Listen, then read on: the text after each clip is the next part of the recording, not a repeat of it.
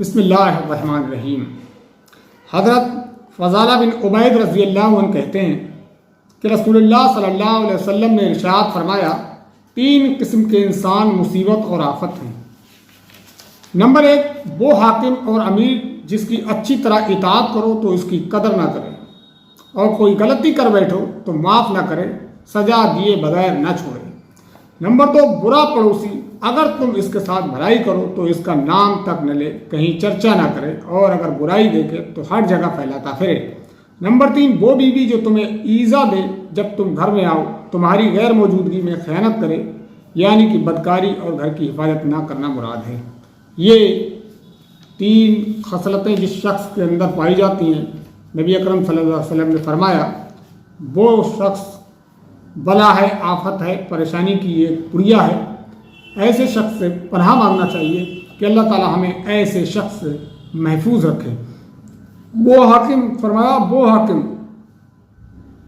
اور وہ امیر جس کی اطاعت کرنے کے باوجود بھی وہ اطاعت کرنے والوں کی قدر نہ کرے، ان کو اپنا نوکر سمجھے، ان پر اپنی دھاندلی جمائے، اپنی حکومت جمانے کی کوشش کرے، ان کو پریشان کرے، جان بوجھ کر کوئی نہ کوئی بہانے ٹیلوں سے ان کو پریشان کرنے کی کوشش کرے، تو ایسا شخص مصیبت ہے، بلا ہے اس شخص کے لیے جو اس کے تابع ہے۔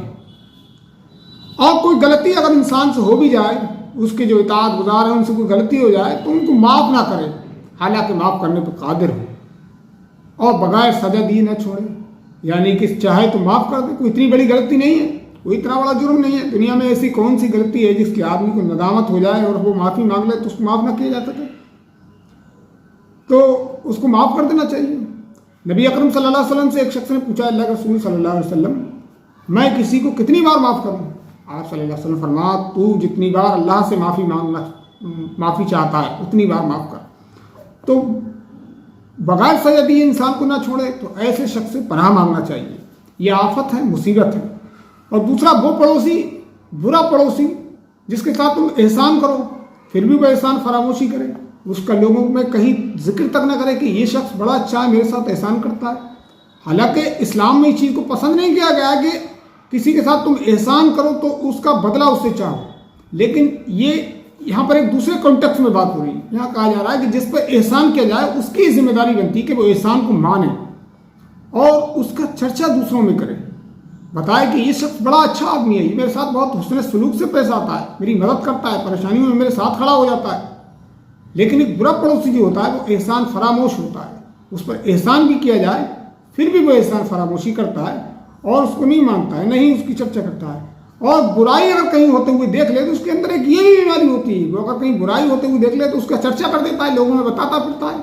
اللہ کے نبی صلی اللہ علیہ وسلم فرمایا، قیامت کے دن وہ شخص سب سے برا ہوگا جو لوگوں کی برائیاں کرتا پھرتا ہے، چرچا کرتا پھرتا ہے۔ اللہ کے رسول صلی اللہ علیہ وسلم فرمایا، آدمی کے لیے برا ہونے کے لیے کافی ہے کہ وہ ہر سنی سنائی بات لوگوں میں کہتا پھرے، تو یہ اس کی خصلت ہوتی ہے۔ تو یہ شخص آفت ہے، مصیبت ہے اور بلا ہے، اس سے بچنے کی دعا کرنا چاہیے اللہ تعالیٰ سے۔ اور تیسری، وہ بیوی جو تمہیں ایذا دے جب تم اپنے گھر میں آؤ، یعنی کہ جب تم گھر میں آؤ، باہر سے مرد شوہر تھکا رہا آتا ہے، کام دھندے سے آتا ہے، کام کر کے آتا ہے، تو وہ چاہتا ہے کہ مجھے گھر میں جا کے سکون ملے، مجھے کوئی جاتے ہی پانی کو پوچھے اور میرے لیے کھانا لگائے، وہ اس کی خواہش ہوتی ہے میری بیوی سے۔ لیکن اس کے برعکس اس کی بیوی اس کے ساتھ برا سلوک کرے، اس کو تکلیفیں دے، جاتے ہی 50 باتیں بتائے، 50 کام بتا دے اور کہے تم کچھ کرتے نہیں ہو، تم نے یہ نہیں کیا، تم نے وہ نہیں کیا، تو یہ ایسی بیوی آفت کی پڑیا ہے،